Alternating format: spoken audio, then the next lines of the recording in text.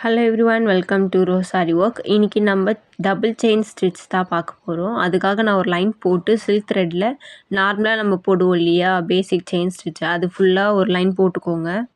ஒரு லைன் ஃபுல்லாக போட்டுட்டு வேறு ஒரு கலரில் எடுக்கணும். சில்க் த்ரெட்லேயே நான் வந்து இப்போ சாண்டல் எடுத்திருக்கேன்.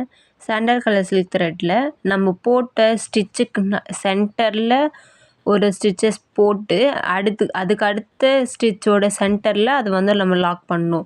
இப்போ நான் போட்டேன், நல்லா பாருங்கள். ஃபஸ்ட்டு நம்ம போட்ட ஸ்டிச்சுக்கு சென்டரில் அந்த த்ரெட்டை எடுத்து அதுக்கு அடுத்த ஸ்டிச்சில் நம்ம வந்து லாக் போடுறோம். அந்த மாதிரி தான் ஃபுல்லாமே போடணும். இதுதான் டபுள் செயின் ஸ்டிச்.